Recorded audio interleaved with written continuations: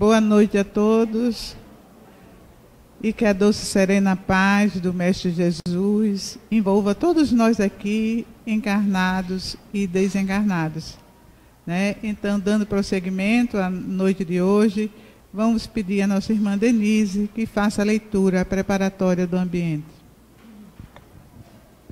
Boa noite a todos. Tendo medo. Há muitas pessoas que se acusam pobres de recursos para transitar no mundo como desejariam e recolhem-se à ociosidade, alegando o medo da ação. Medo de trabalhar ou de servir. Medo de fazer amigos ou de sofrer. Medo de desapontar ou de incompreensão. Medo da alegria ou da dor. E alcançam o fim do corpo como sensitivas humanas, sem o mínimo esforço para enriquecer a existência. Na vida, agarram-se ao medo da morte. Na morte, confessam o medo da vida. E a pretexto de serem menos favorecidas pela natureza, transformam-se gradativamente em campeões da inutilidade e da preguiça. Se recebestes mais rude tarefa no mundo, não te atemorizes à frente dos outros e faze dela o teu caminho de progresso e renovação. Por mais sombria seja a estrada a que fostes levado pelas circunstâncias, enriquece-a com a luz do teu esforço próprio no bem, pois o medo não é justificativa aceitável perante o Senhor. Emmanuel, pelo médio Chico Xavier, do livro Relicário de Luz. Muita paz a todos. Mais uma bela página, né, para que a gente possa refletir sobre ela, possa ler outras vezes e assim melhor compreender. Então, dando prosseguimento, vamos pedir à nossa irmã Mabel que faça a prece inicial. Meus irmãos, boa noite. Vamos fechar os nossos olhos, vamos tentar esquecer esse barulho lá fora. Vamos imaginar a figura amiga do nosso amado Mestre Jesus. Vamos agradecer a Deus a oportunidade de estarmos vivos nessa existência, em especial, Senhor, de estar aqui nessa noite para mais um ensinamento do Teu Evangelho. Te rogamos, ó Mestre, as Tuas bênçãos de luz, de amor e de paz sobre todos nós aqui presentes, encarnados e desencarnados. Que o Teu amor, Senhor, se faça presente em nossas vidas, que possamos ter a coragem de sentir o Teu amor, de sentir o Teu aconchego e agradecer a Vós por tudo, até mesmo pelas dificuldades, pois sabemos, Senhor, que muitas vezes é necessário para que possamos chegar mais próximo de Ti. Como espírito endividados, ó Mestre, estamos tentando acertar, estamos indo ao Teu encontro. Abençoa, Pai, a todos os nossos familiares, a todos os nossos amigos, desafetos, encarnados e desencarnados. E onde quer, Senhor, que esteja um filho Teu, seja encarnado ou desencarnado, clamando por misericórdia, Senhor, tende compaixão, ampara e abençoa. Te rogamos ainda pelo nosso irmão Leônidas, que vai fazer a palestra na noite de hoje, que ele se sinta amparado e abençoado pela espiritualidade maior, e que todos esses ensinamentos possam calar os nossos corações e que possamos colocar em prática no nosso dia a dia. E assim, Senhor, em nome de Maria Santíssima, nossa Mãe Maior, damos início aos trabalhos da noite de hoje. Permaneça em nossas vidas, Senhor, hoje e sempre. Que assim seja. Então, como o Mabel falou, né, hoje seria a nossa irmã Delza, mas por motivos superiores, ela teve que trocar, e Leônidas, que seria na próxima semana, vai fazer a palestra de hoje. E o tema que ele vai falar é transformação interior. Né? Então, que Jesus lhe abençoe e vamos lá aos nossos trabalhos. Porque são oportunidades tão raras na nossa vida, estamos sempre preocupados com outras razões que não aquelas mais diretamente ligadas à alma, ao espírito, aos valores perenes, aos valores eternos. Então, é realmente um momento importante para nós, sob esse ponto de vista. Peço a atenção de vocês para que a gente possa bem aproveitar esses instantes. Procurarei fazer da melhor forma dentro das minhas limitações, a minha parte, e vocês também farão a parte de vocês. Nós vamos conversar um pouquinho sobre um tema que inclusive foi abordado há poucas semanas atrás pela nossa companheira Vera Sarmento, que é a renovação interior. Ela usou outra denominação, muito embora o propósito seja o mesmo. Tudo na nossa vida requer método, disciplina, organização, porque sem isso nós não conseguimos os objetivos por nós almejados. E do ponto de vista de crescimento interior, de transformação íntima, não é diferente. Nós nos qualificamos para sermos bons profissionais, bons cidadãos, e para sermos boas almas, né? Nos aproximarmos da condição mais nobre, de compartilharmos com a vontade do Pai, é preciso também que a gente se prepare para tal. E como a gente se prepara para isso? Estudando, meditando, refletindo, observando a vida e de forma mais particular, vendo o que Jesus nos propõe, nos traz como proposta de vida, não é? E especialmente estudando a doutrina espírita, porque ela representa a continuidade da obra do Senhor em nosso favor.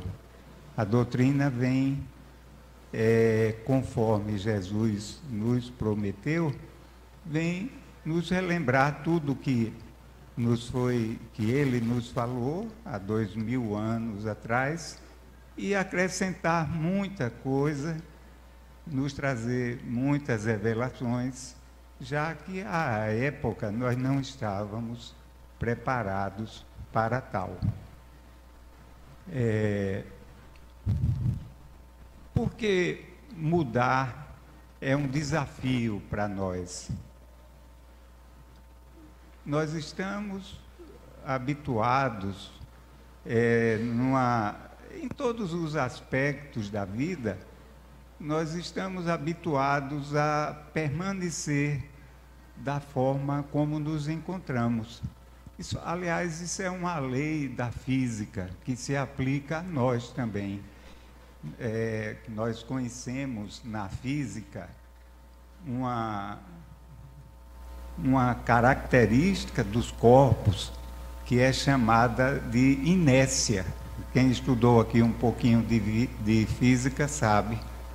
E, afora isso, na linguagem do cotidiano, a gente usa muito essa expressão, a inércia. Então, na física, o que é a inércia? É a tendência do corpo permanecer como ele está, não é? Se ele está parado, a tendência dele é de permanecer parado. Ele só se movimenta se um agente externo, uma força exterior, aplicada a ele faça com que ele se movimente. E se ele está em movimento, a tendência dele é permanecer em movimento, sempre em movimento. Ele só para se vier novamente um agente externo que exerça sobre ele uma força, fazendo com que ele saia daquele estado em que ele se encontrava. Vamos esclarecer isso. Digamos que a gente coloque aqui um tijolo. Qual a tendência? O tijolo ficar como está. Mas digamos que eu vá e empurre esse tijolo aqui sobre o piso. Aí ele vai andar um pouco, mas ele vai parar. Aí alguém poderá dizer, mas ele parou, mas não houve nenhuma força para que ele parasse. Houve, não é? E forças de diversas naturezas. Aqui no caso, a mais atuante foi o atrito do corpo, do tijolo com o piso. Além disso, o que é que a gente tem mais, numa proporção menor? A resistência do ar, né? Então, o atrito mais a resistência do ar faz com que o tijolo só percorra um pequeno espaço. Aí vamos melhorar essa situação. Vamos pegar uma bola. Aí vamos jogar uma bola aqui. Então essa bola vai muito mais longe do que o tijolo. Por quê? Porque o atrito da bola sobre o piso é muito menor. Vai existir apenas um atrito que a gente chama de atrito de rolamento, né? Além disso, a resistência do ar. Aí vamos para uma situação mais ideal ainda, uma situação teórica. Um corpo, um plano infinito, onde não exista atrito entre o corpo e esse plano. Então vamos jogar esse corpo sobre esse plano. O que vai acontecer? E vamos imaginar também que não seja no éter e que não tenha o atrito proveniente do ar, não é? Do atrito proveniente do ar. Então esse corpo não vai parar nunca, ele vai continuar indefinidamente se deslocando. É isso que a gente chama de inércia. E isso também acontece com a gente. A nossa tendência é permanecermos como nós nos encontramos. Se nós estamos na preguiça, no ócio, na acomodação, isso requer de nós um esforço gigantesco, né? É preciso que a gente mobilize a nossa força para a gente sair daquele estado, né? E quando a gente pega o embalo, que começa a estudar, a aproveitar bem o tempo, a estar em atividade, a ser útil, a produzir, aí isso torna-se muito mais fácil, porque a gente superou a resistência inicial. Então, é preciso que a gente utilize dessa compreensão para que a gente use bem o nosso tempo, o nosso esforço, as nossas habilidades, para estarmos sempre produzindo, felizes, estudando. Olha, uma dificuldade imensa, quando a gente para de estudar por um tempo, de ler. Quando a gente vai retornar, parece que as engrenagens estão todas travadas, não é? A compreensão fica mais difícil. Então, é ótimo que a gente esteja sempre alimentando esses hábitos salutares.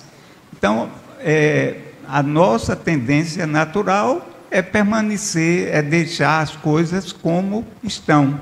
É um grande desafio nosso a gente se mobilizar para a gente sair da nossa zona de conforto, buscando mais luzes, mais esclarecimento, nos transformar, né? Então é um desafio grande. Então nós trazemos em nós imperfeições cristalizadas por milênios, né? Durante milênios. Não é culpa assim totalmente nossa, não. O Criador também tem uma parcela aí de responsabilidade nessa história. Sabe por quê? Porque nós fomos criados simples e ignorantes, conforme nos ensinam os Espíritos. E Deus, o Criador, nosso Pai, nos deu o livre-arbítrio para que a gente saia daquele estado lá primitivo, onde a inércia era terrível, não é? E a gente se desloque para uma situação de plenitude, de amor, de perfeição, não é? De bondade, de felicidade. Então, essa caminhada é uma caminhada longa, e nós estamos fazendo-a desde os nossos primórdios. Ela não começou quando nós reencarnamos, não é? Isso começou quando nós fomos criados. E pelo nosso estado de ignorância, a gente foi, até por uma questão de sobrevivência ao meio, das nossas dificuldades, a gente foi alimentando coisas que não eram boas, que não eram agradáveis para nós, né?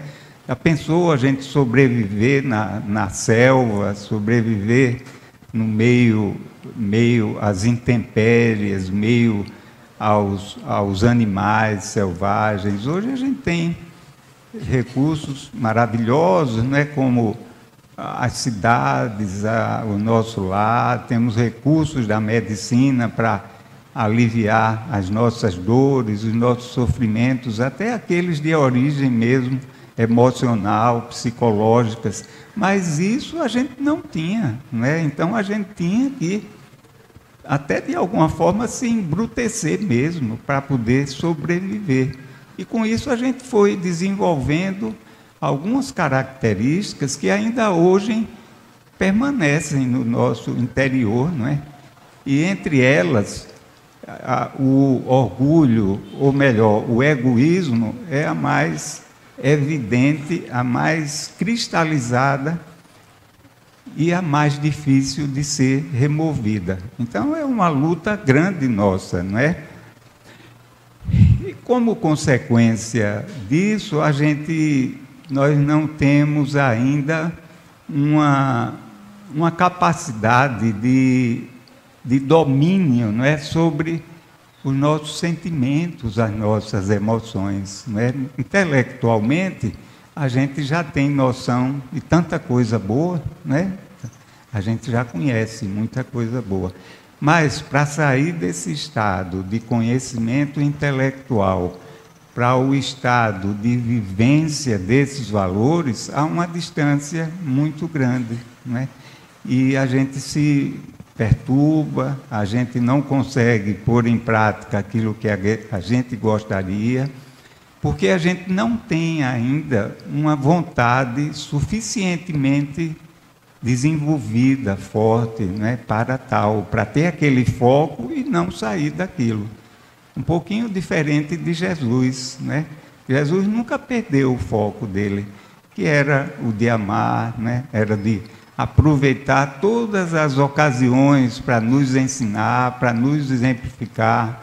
Então, mesmo no Calvário, será que Jesus estava infeliz no Calvário?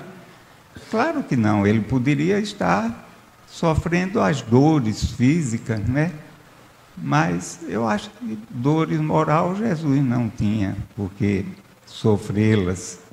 Ele fez exatamente a vontade do Pai, cumpriu exatamente com aquilo que ele sabia da vontade do Pai, né? Acerca da vontade do Pai.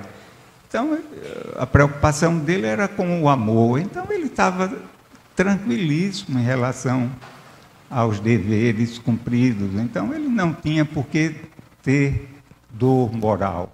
O ruim é quando a gente transgride a lei, quando a gente faz o mal, aí a nossa consciência vem e nos acusa.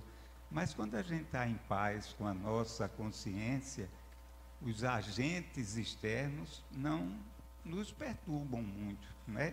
E a Jesus não perturbava de jeito nenhum.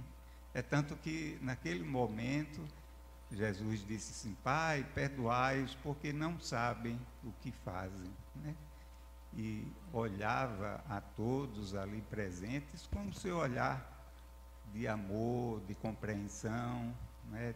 É como nós, com a nossa ainda tão pequena evolução, se uma criancinha vem de 2 anos e faz alguma coisa com a gente, digamos, vem nos dar um chute em nós, qual vai ser a nossa reação? É de compreensão, é de compreender que aquela criancinha não está ainda apto a compreender que não deve fazer aquilo.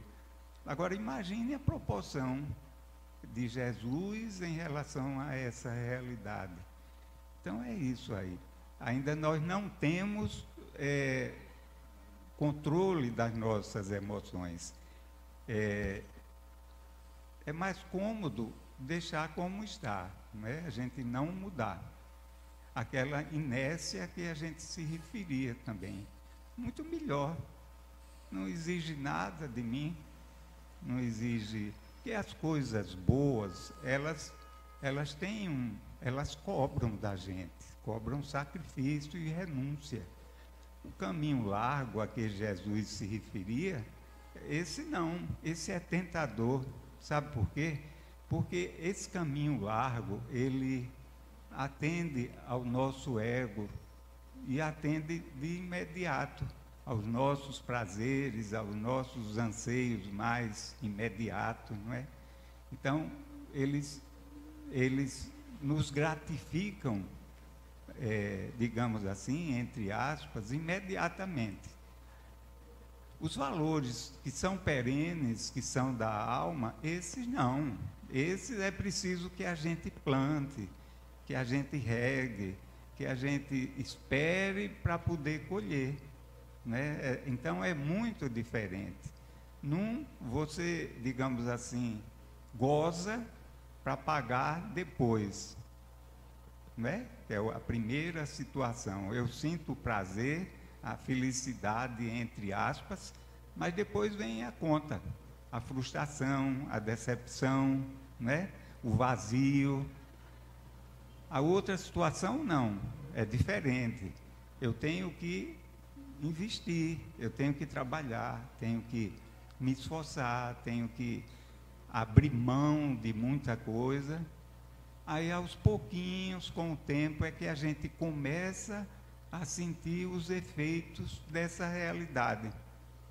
Então, é preciso que haja, da nossa parte, uma consciência maior. A gente poderia chamar vulgarmente, eu não gosto de usar muito essa palavra, porque ela está tão deturpada, é preciso que a gente tenha fé. Eu não gosto de usar, eu prefiro dizer assim, é preciso que a gente saiba, né? É preciso que a gente saiba. Ter fé é uma coisa, e a gente saber é a convicção, é a certeza, é o porquê, né? É diferente, né? É uma coisa, no meu entendimento, que vai além da fé simplesmente. Enfim, como consequência desse quadro todo, nós somos ainda espíritos imperfeitos, né? Ainda titubeantes em relação ao nosso saber, à nossa certeza.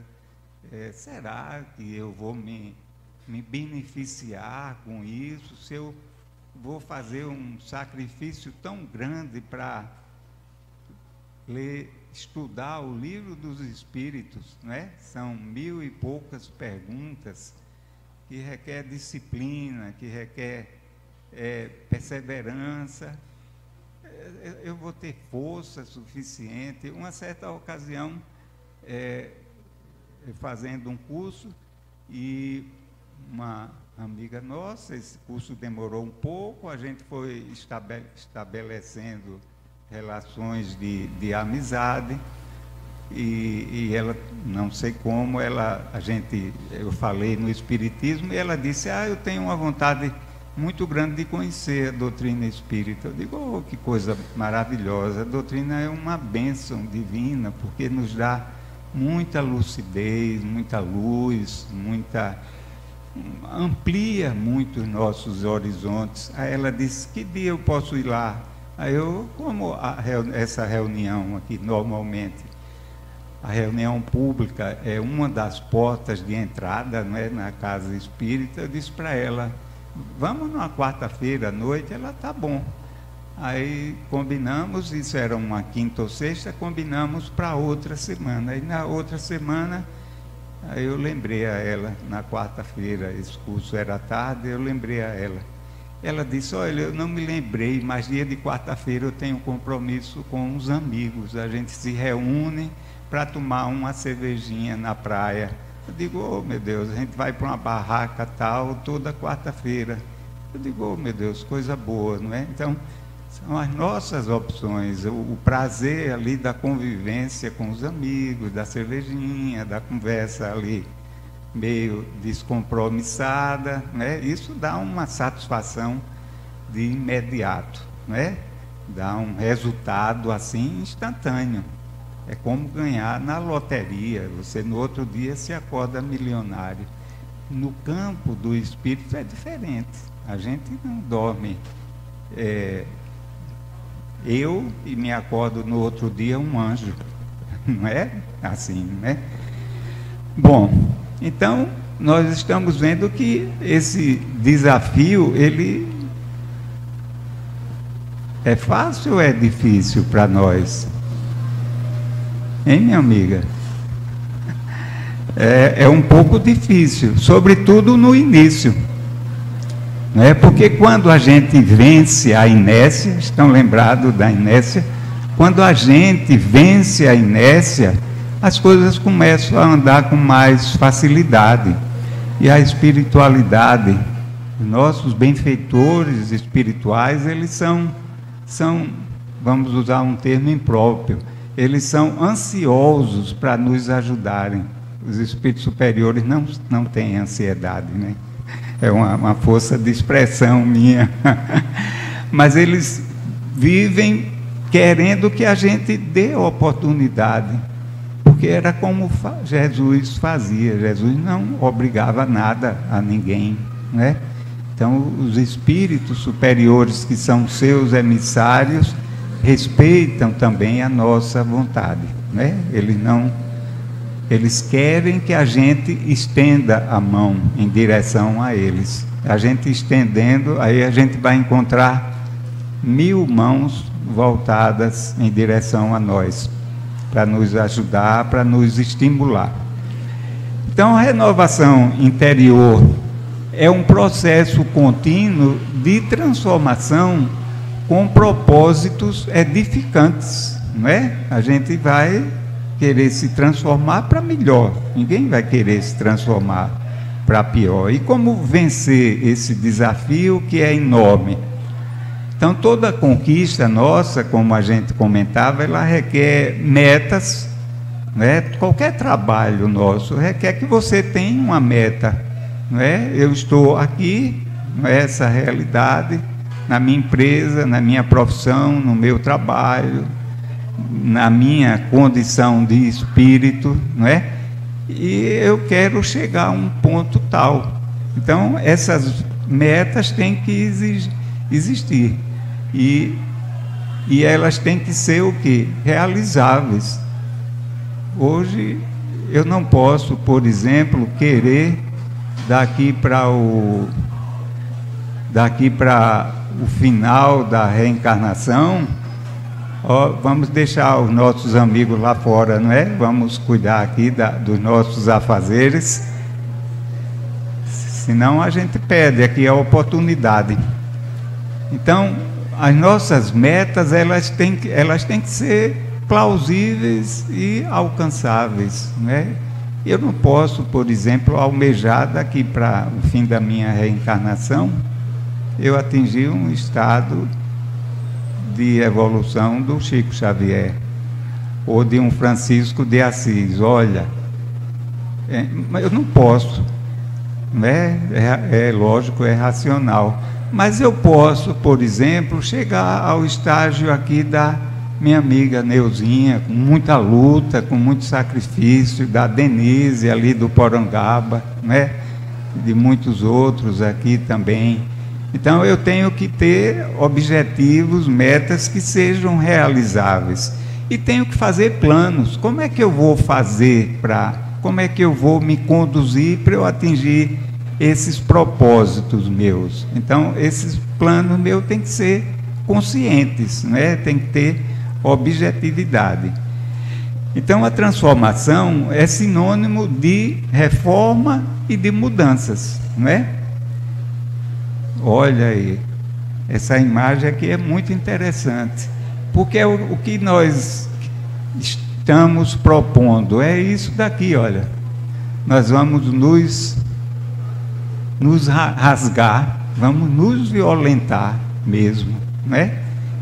Para a gente se conhecer, a gente vê o que tem lá de dentro, e isso é horrível, porque a gente não quer se conhecer, a gente tem medo, não é? Deixa como está.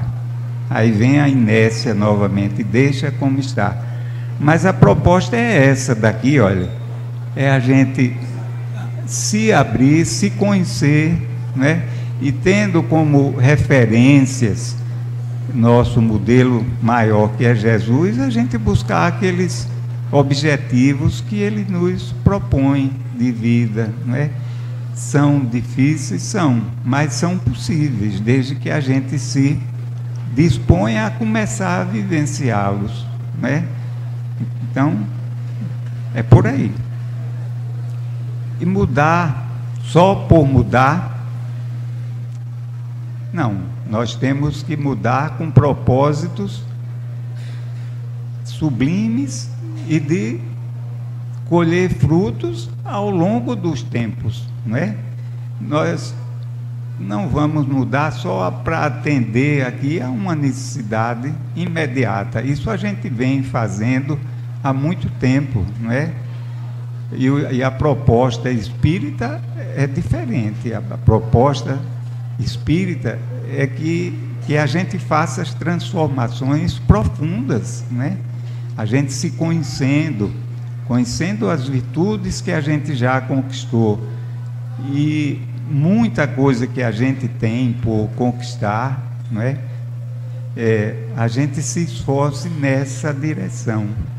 Então não é simplesmente vir aqui à casa espírita, vou à reunião espírita, tomo o meu passe, estou quites com os meus deveres.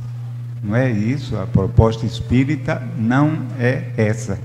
Isso é bom porque nos auxilia, mas a proposta é de transformação íntima, não é? É de mudar com propósitos edificantes. Nós vamos dar um exemplo aqui, sem fazer crítica, dos nossos irmãos políticos, não é? Cada um está lá vivendo a sua vida, alguns até de forma imprópria, não é?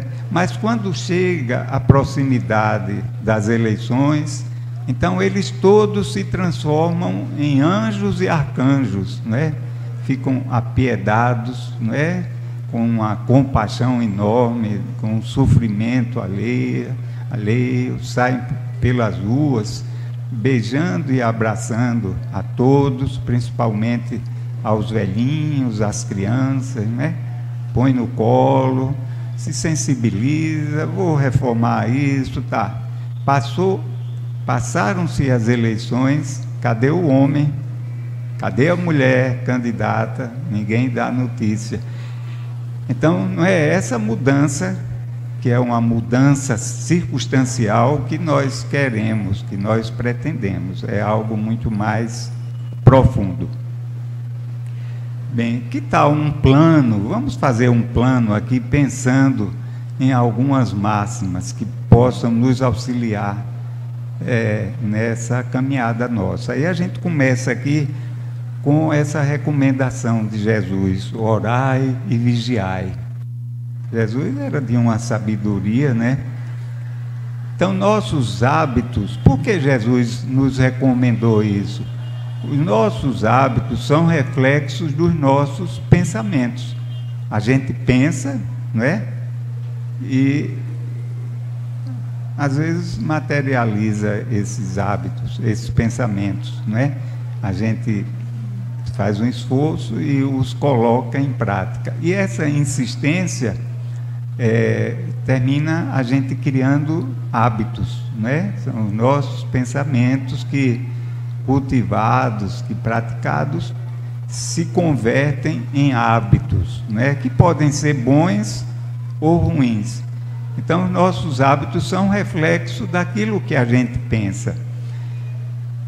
Os ambientes têm uma atmosfera formada pelos pensamentos dos seus frequentadores.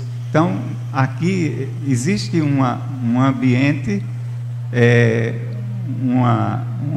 digamos assim, um mínimo ambiente, um microambiente, uma micro atmosfera psíquica que é individual, né? Mas tem uma atmosfera psíquica um pouco maior que é formada pela soma dessas pequenas, dessas micro atmosferas psíquicas criadas por cada um de nós. Então, aqui tem um ambiente psíquico que vai depender da contribuição que cada um de nós dê. Isso é aqui, na nossa casa, no nosso trabalho, onde a gente se encontrar, não é? Então, nós estamos contribuindo para a formação disso, e ao mesmo tempo estamos sofrendo as influências disso daí. Então é importante que a gente tenha essa consciência, né? A nossa responsabilidade em relação ao outro também, porque quando eu mentalmente não estou em sintonia com o bem, com o amor, eu vou estar também influenciando o outro com esses meus pensamentos equivocados. Então, selecionando nossos pensamentos, as nossas companhias, os ambientes que a gente frequenta, as leituras, as nossas conversas, estaremos também selecionando nossas companhias espirituais, as quais exercem grande influência sobre nós. Nós estamos sempre nesse processo de interação, influenciando e sendo influenciado. Quando a gente está mais fortificado nos nossos propósitos, nas nossas ações, né, nas nossas convicções, na nossa vigilância, então a gente é menos influenciado negativamente pelo outro, não é? Às vezes a gente diz, olha, não evite, não tenha companhias ruins. Mas se a gente for levar ao pé da letra isso aí, o que é que vai acontecer? As pessoas que poderiam aprender um pouquinho com a gente não vão ter essa oportunidade. Agora, será que eu estou suficientemente fortalecido para não abdicar do meu foco e, de repente, trilhar aquele caminho que o outro está me sugerindo? Então, é preciso esse cuidado. Eu estou fortalecido suficientemente, então eu me disponho a ajudar o outro a ir num ambiente que não seja próprio, com o propósito de auxílio, não é? E se eu não estou, aí eu tenho que me precaver, tenho que ter cuidado, porque as influências chegarão a mim e eu não estou devidamente preparado para isso.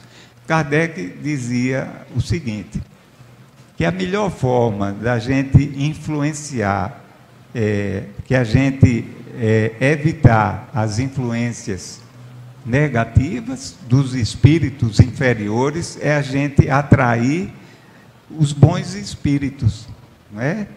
Trazê-los para a nossa convivência psíquica, porque, em assim sendo, aqueles espíritos, aquelas energias deletérias não nos atingirão, não chegarão a nós, ou chegarão com uma forma menos intensa. Então, por isso que Jesus nos recomenda, né, a oração e a vigilância, para não sermos arrastados pelas tendências malévolas e as influências deletérias dos espíritos inferiores. Jesus não diz aqui se afaste, né? Ele não diz isso. Ele recomenda o cuidado com essas influências. Bom, reconhecer e corrigir é uma coisa importantíssima. A humildade é fundamental para reconhecermos os nossos erros. Às vezes a gente se acha assim sábios, né? Puxa, eu já sei tanto, já estudei tanto, já tenho 150 anos de doutrina espírita, então já esgotei tudo, todo o saber. Então, até que possa ter, né, 150 anos de doutrina e saber tudo. Agora, será que interiorizou isso? Será que colocou no seu coração, na sua vivência? Aí é outra história. E o orgulho nos faz isso, achar que a gente está sábio, que nós aí não precisamos mais nada, né? Já sei, eu vou para aquilo, uma palestra, tão pouco, né? Já estou num estágio superior. Quando a gente tem essa conduta, a gente está se isolando e está começando uma fase de declínio, de aprendizado. Isso em todos os campos, inclusive no campo profissional também. É preciso que a gente tenha a humildade e estar disposto a aprender sempre, porque é essa uma necessidade premente nossa, de estar sempre aprendendo. Temos um pouquinho para dar, para ensinar, mas muito mais nós temos o que aprender, não é? Devemos identificar nossas imperfeições com naturalidade e sem exageros, para não resultar em sentimento de culpa. Aí, de repente, a gente se descobre, né, cheio de defeitos. Eu vou contar uma historiazinha bem rápida, está chegando ali no limite já. Meu Deus do céu, meu relógio biológico é horrível. Eu venho de outra religião e eu me achava assim um ser divino.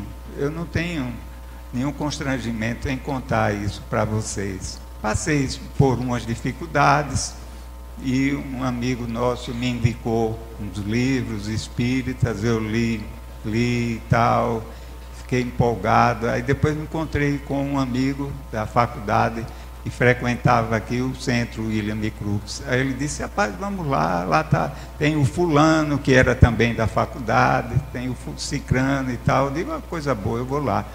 Aí eu vim para aqui. Eu digo, eu vou chegar lá e vou encontrar um monte de anjos, porque não é possível. Esse pessoal, com tudo isso aqui que eu estou tomando conhecimento, são seres divinos, né? Eu vim para cá com essa certeza. Puxa vida, todo mundo... Mas depois eu fui observando que não eram anjos, eram criaturas assim também, com dificuldades, na fase de aprendizado. Mas aí foi uma grande decepção para mim, quando eu comecei a notar que essas pessoas daqui tinham defeitos também. Mas a decepção maior veio depois, quando eu descobri que eu também não era um anjo. Aí foi que eu me decepcionei, eu digo, meu Deus, eu nem as asas tenho ainda, né, Porangaba?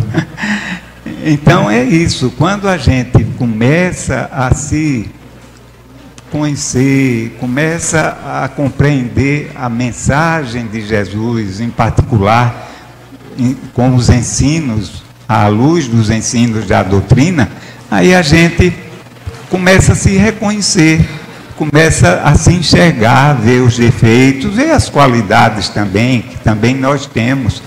Mas os nossos defeitos, alguns a gente não percebe, ou muitos, e outros até que a gente percebe, mas dissimula, não é? Então é isso. O Sai Baba usa uma figura interessante para traduzir essa realidade. Ele diz, olha, com outras palavras, né? Eu não me recordo textualmente, mas você está num ambiente totalmente às escuras, você não enxerga ali impureza nenhuma sujeira. Mas se você acende uma vela, aí você já começa a enxergar aqui e acolá uma casinha de aranha, uma teia de aranha, uma sujeira. Se você acende um refletor ali dentro, meu Deus do céu, quanta sujeira. O mesmo acontece com a gente, né? Quando a gente vai se conhecendo e conhecendo o nosso modelo, que é Jesus, aí a gente vai vendo o quanto a gente tem por se, digamos assim, por trocar tanta coisa inadequada que a gente conserva com a gente ainda. Então, evitemos atitudes precipitadas, contendo a ansiedade, já que não podemos andar mais rápido do que a nossa realidade evolutiva permite. As mudanças são paulatinas. Então, eu descobri essa coisa maravilhosa, eu fico na ansiedade de querer me transformar da noite para o dia. Não é assim. A gente tem que fazer um esforço e aos poucos, né, assimilando, aceitando as nossas dificuldades, as nossas imperfeições. Bom, amai-vos e instruí-vos, o que nos recomenda o Espírito de verdade, né? Amai-vos, esse é o primeiro ensinamento. No Espiritismo não existe mandamento, existe ensinamento, né? Não se manda nada aqui só se expõe. Então, amai-vos, esse é o primeiro ensinamento. Instruí-vos, o segundo ensinamento. Então, nós somos eternos aprendizes. Conhecereis a verdade e a verdade nos libertará. A cada momento surgem as oportunidades que a vida nos oferece para a gente se melhorar, se transformar, não é? E vamos ter que abreviar, porque ainda tem uma outra parte aqui, que é uma surpresa. Conhece-te a ti mesmo, é a questão 919 do Livro dos Espíritos, né? Onde Kardec pergunta qual o meio prático mais eficaz para se melhorar nesta vida e resistir ao arrastamento do mal. E um sábio, a resposta, um sábio da antiguidade já disse, conhece-te a ti mesmo. Foi Santo Agostinho que dá uma resposta lá belíssima, depois ele explica o que é esse conhece-te a ti mesmo. Alguns dizem que teve origem com Sócrates, outros dizem que Sócrates já bebeu noutra fonte. Então, a renovação interior é uma conquista feita pela vontade, pela determinação e pela perseverança. É preciso que a gente reúna tudo para vencer a inércia, né? Estude, né? Se conheça. E a gente encerra aqui com essa imagem que eu acho belíssima, né? Olha, aqui era uma rocha. Essa rocha, o que era que tinha dentro dela? Qualquer coisa que a gente possa imaginar. Né? Então, cabe a mim, como a figura mostra, lapidar e retirar dela coisas boas, saudáveis. Se eu quiser tirar dali coisas ruins, eu vou conseguir. Se eu quiser tirar dali uma figura horrível, um demônio, aí eu vou esculpir a rocha e vai surgir um demônio ali, né? Então, tudo isso está ali potencialmente dentro de nós. A nós compete escolher o que a gente vai querer fazer desabrochar, né? Bom, a gente encerra deixando aquela recomendação de Jesus: amai-vos uns aos outros como eu vos amei. Muito obrigado pela paciência.